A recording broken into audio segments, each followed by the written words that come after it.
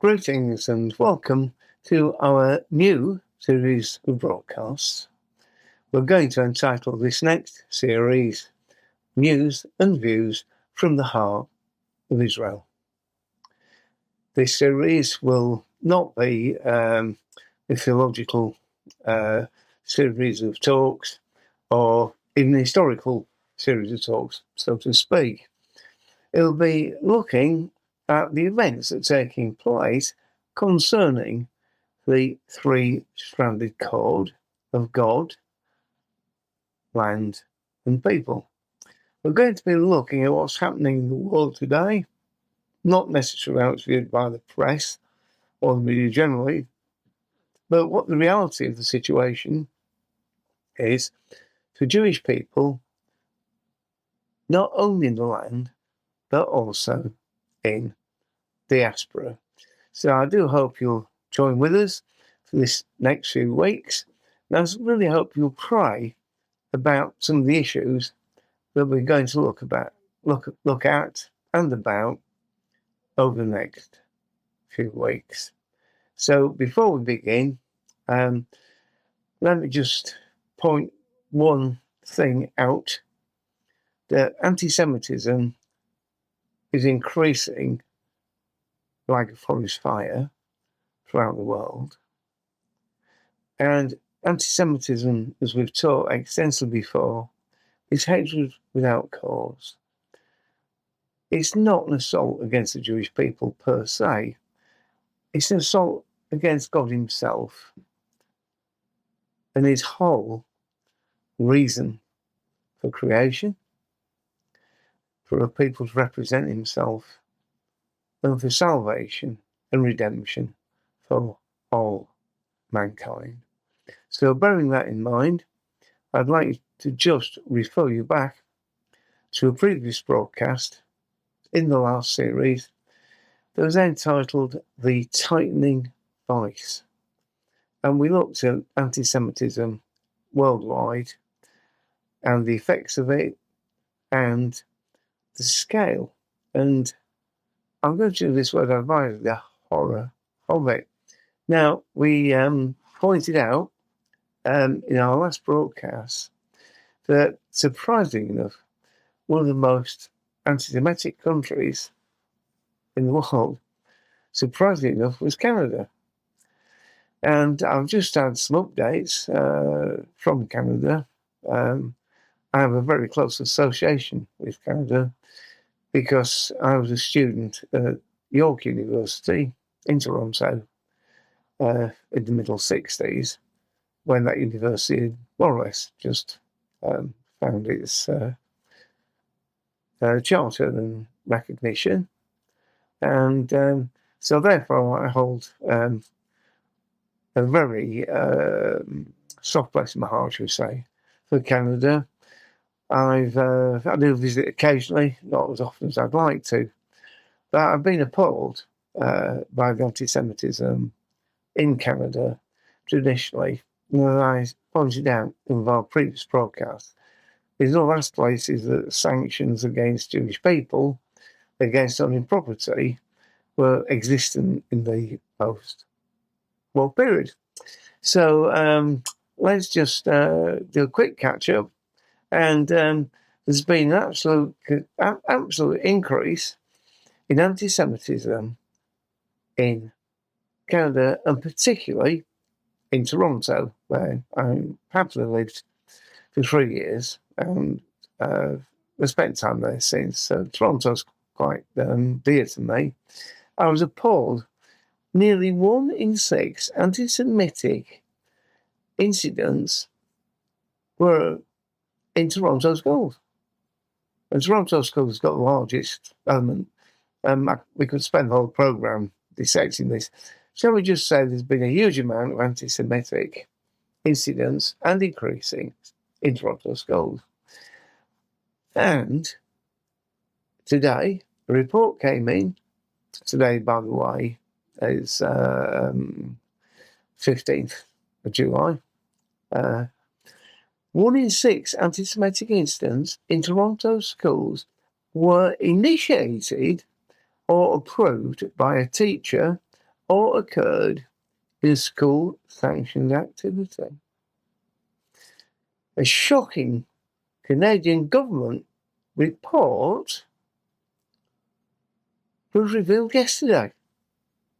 The Office of the Special Envoy for Preserving Holocaust and Remembrance and Combating Anti-Semitism, that's a bit awkward, isn't it? But that's the Canadian government department, commissioned this report that I'm sharing with you today that detailed what has been described by this government department as endemic anti-Semitism in Ontario's K-12 schools. Part of the reason for the report was that many of the reports of anti-Semitism in K-12 education had been previously based on anecdotal reports or had been undocumented.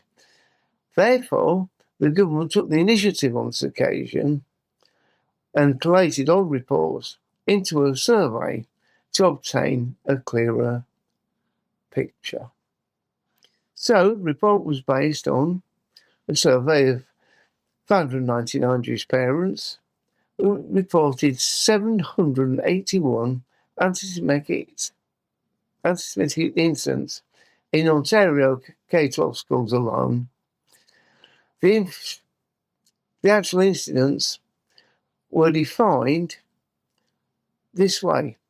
10% of Ontario's 30,000 Jewish school-aged children experienced anti-Semitic incidents in last year.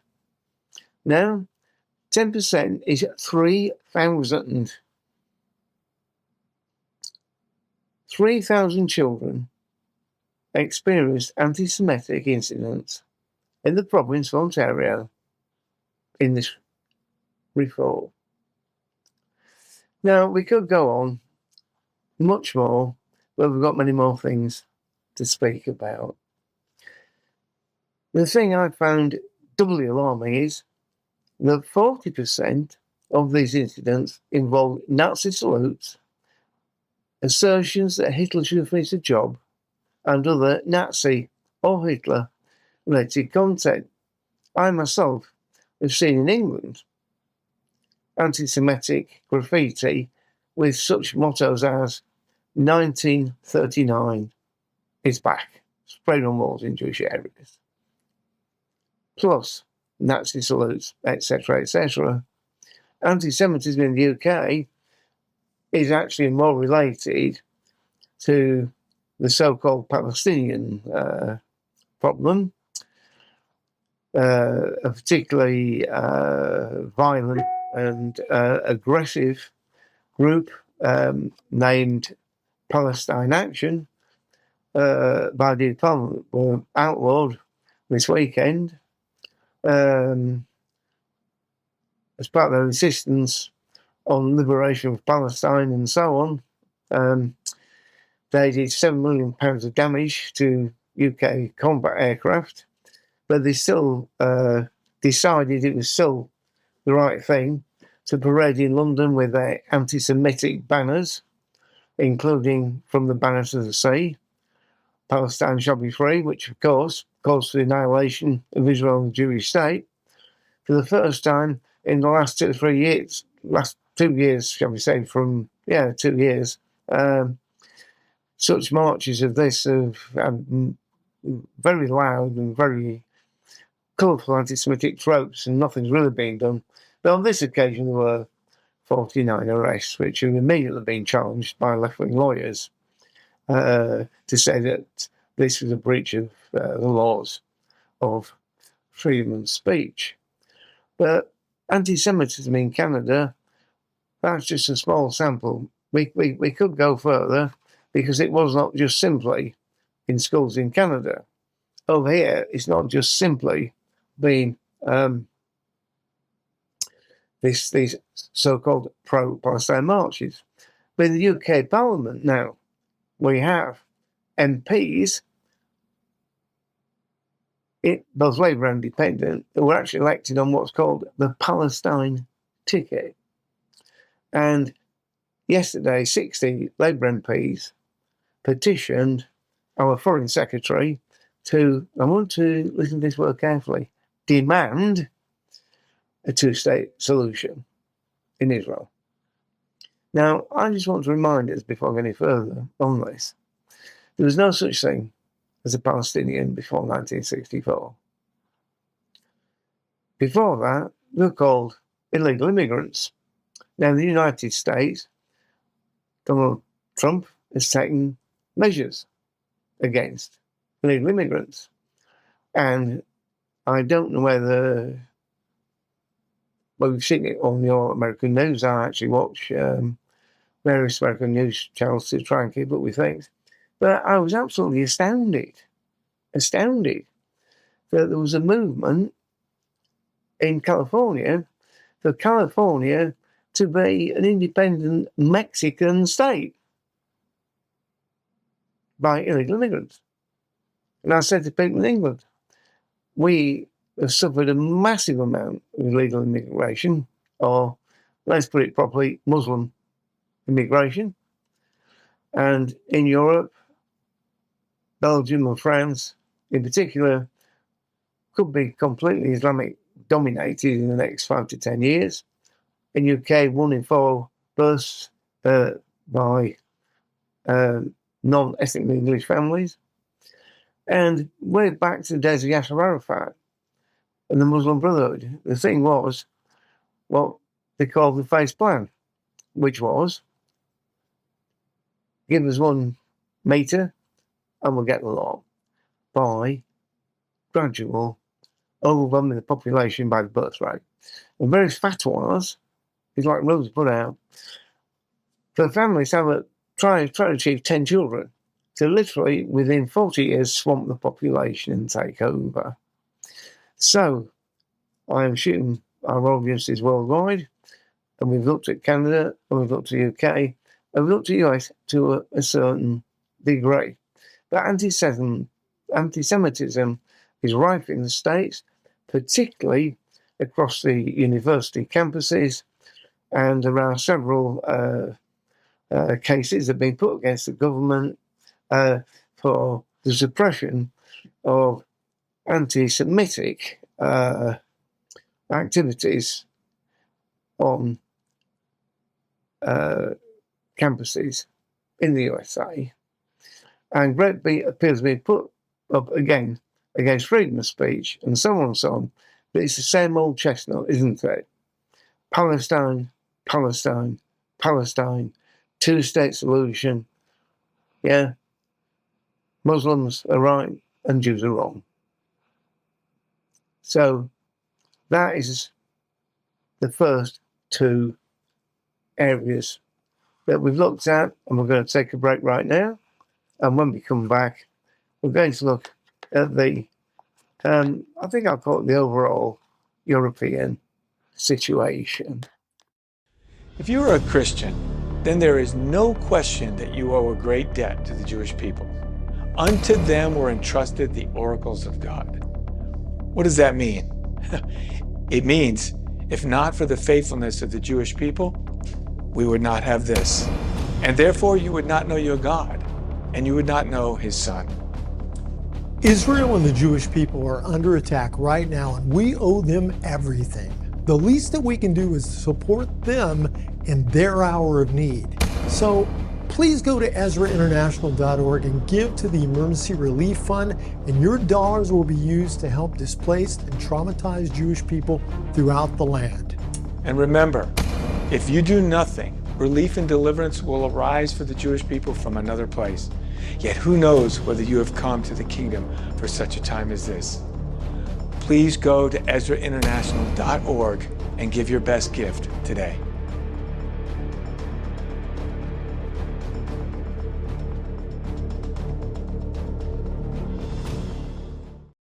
Welcome back to News and Views from the heart of Israel.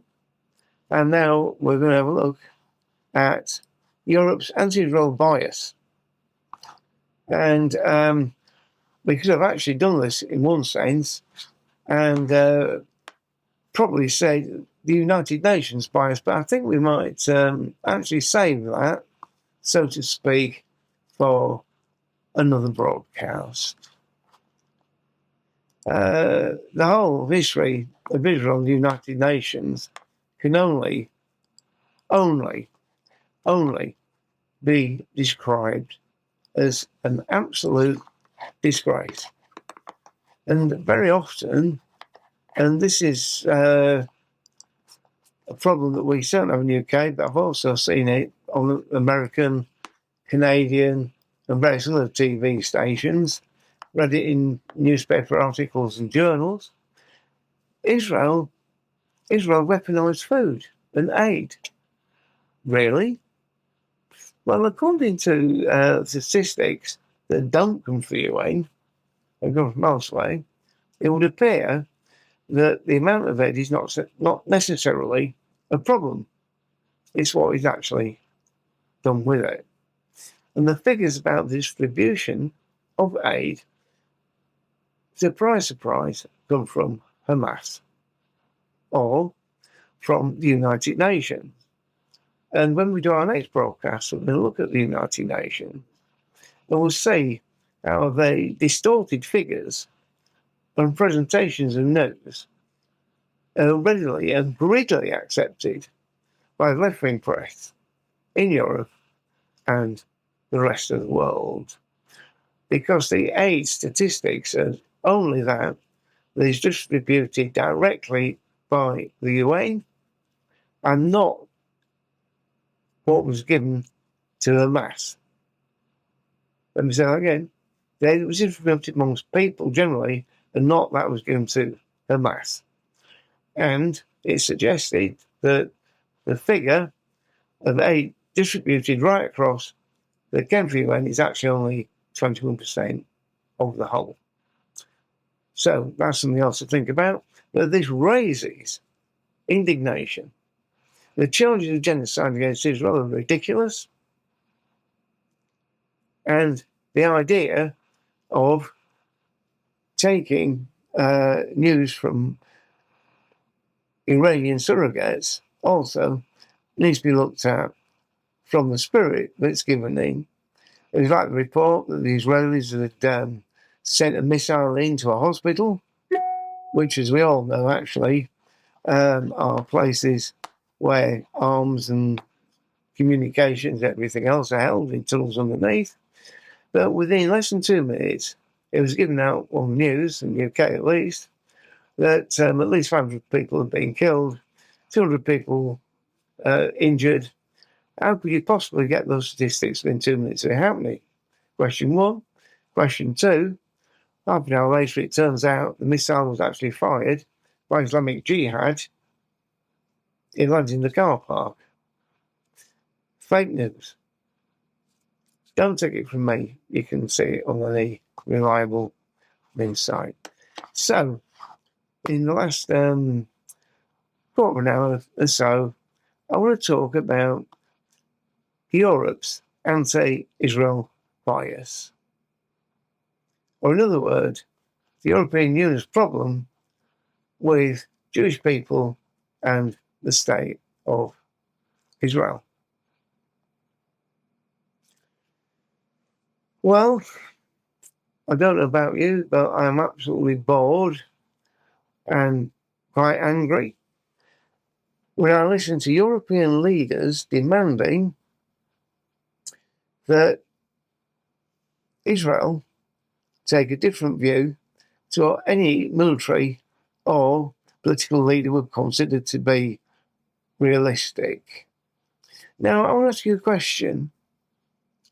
Has anybody listening to this broadcast worldwide heard any European, and in particular Emmanuel Macron, demand, and I'm using this word often, demand that Hamas or the Houthis, Hezbollah, Boko Haram, and we can go on, all the Iranian surrogates, stop using civilians as human shields, stop using its mosques, schools and hospitals as staging grounds, require that the terrorist leaders stop firing a miscellany of munitions into Israel. Have I ever heard any of them ask the terrorist leaders to leave the Gaza Strip and institute democracy? Have I ever heard any suggestion of Hamas or Iranian surrogates approaching a forum with moral equivalency? Have we? Of course not. Right now, on the 15th of July, nearly 2 years after the infamous 7th of October, why have not all the hostages been sent back? If the hostages had been sent back, the whole thing could have ended a long time ago, couldn't it? And the 20 that's supposed to be left, we've heard the testimony of those that were released, then if they've got any life left, it will never be the same. The amount of mental emotional damage is irreparable, not just to those, but the families. But let's just think about Cain and Abel when we're thinking about deaths. Yeah? Hamas did not kill 1,200 people, whatever it was. Yeah? So many dozens, scores of hostages didn't die. Their progeny also died.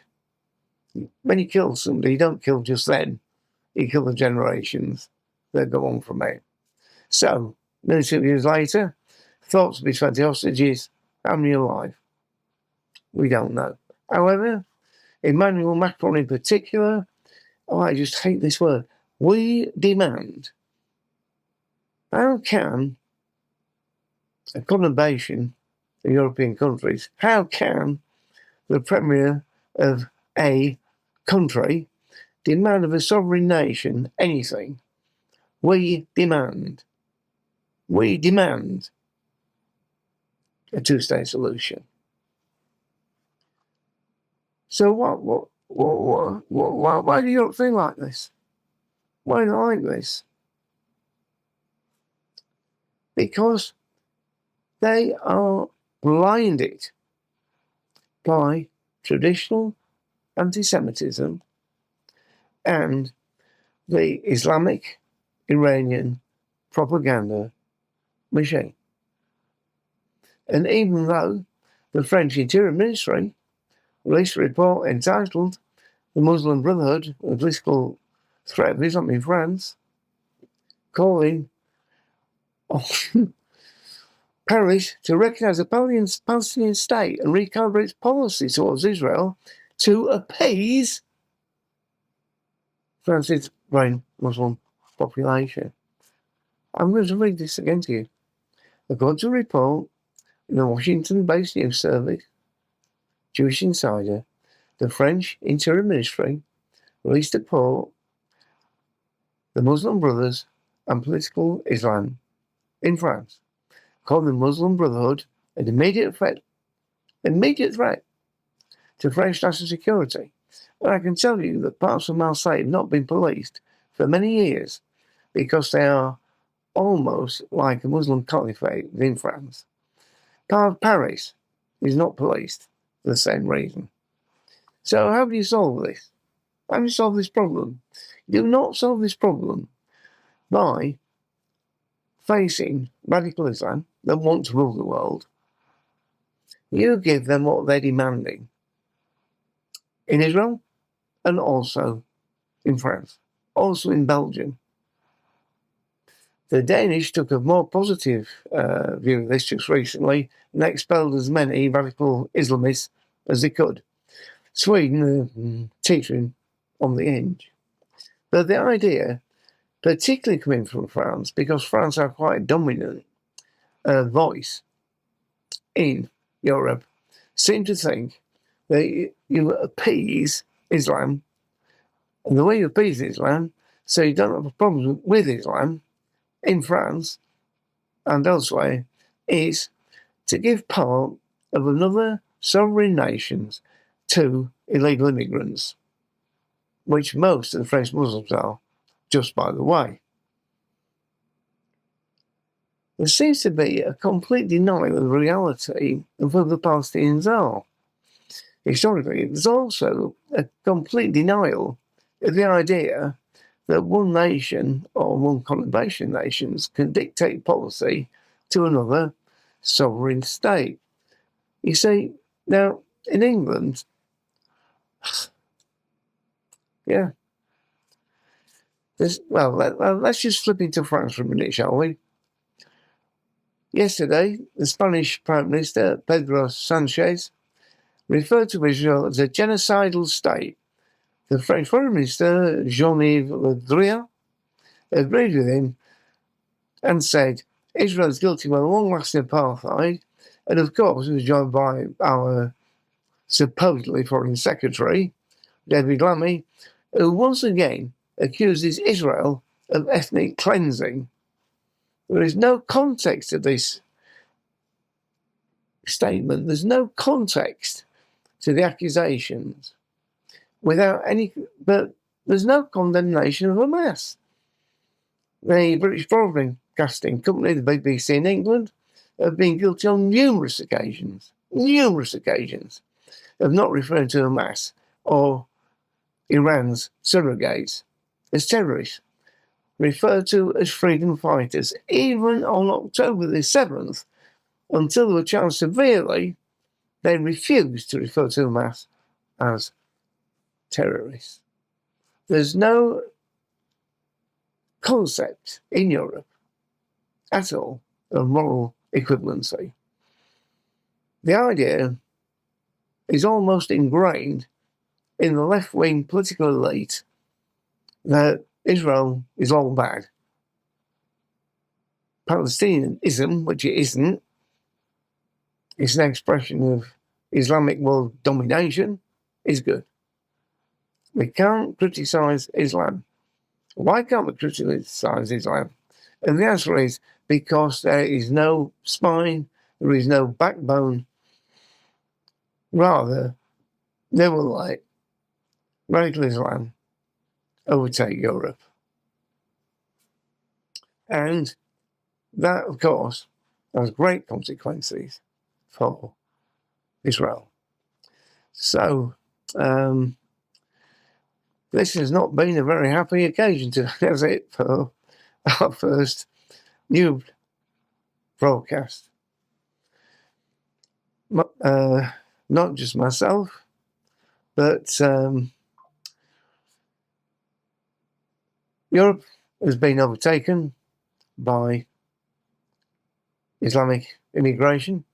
Islam, by its nature, is antipathetic to Judaism and, by default, the state of Israel. So, my dear friends, the heart of Israel is breaking for those in the diaspora. They need to return. The days of denial, the days for the Jewish people to think they can live peacefully and in harmony in diaspora, I prefer to call it the gallot, the exile, I'm afraid are finished. So, my dear friends, let us labour while it is day, for night is coming, when no man can work. We need to dedicate our time and effort encouraging God's representative people to move back to the land and help in that great rebuilding process. And we'll speak more about that on our next time together. As always, I'll finish my broadcast the same way that Moody and Sankey used to finish theirs. God be with you until we meet again. Shalom Alachem.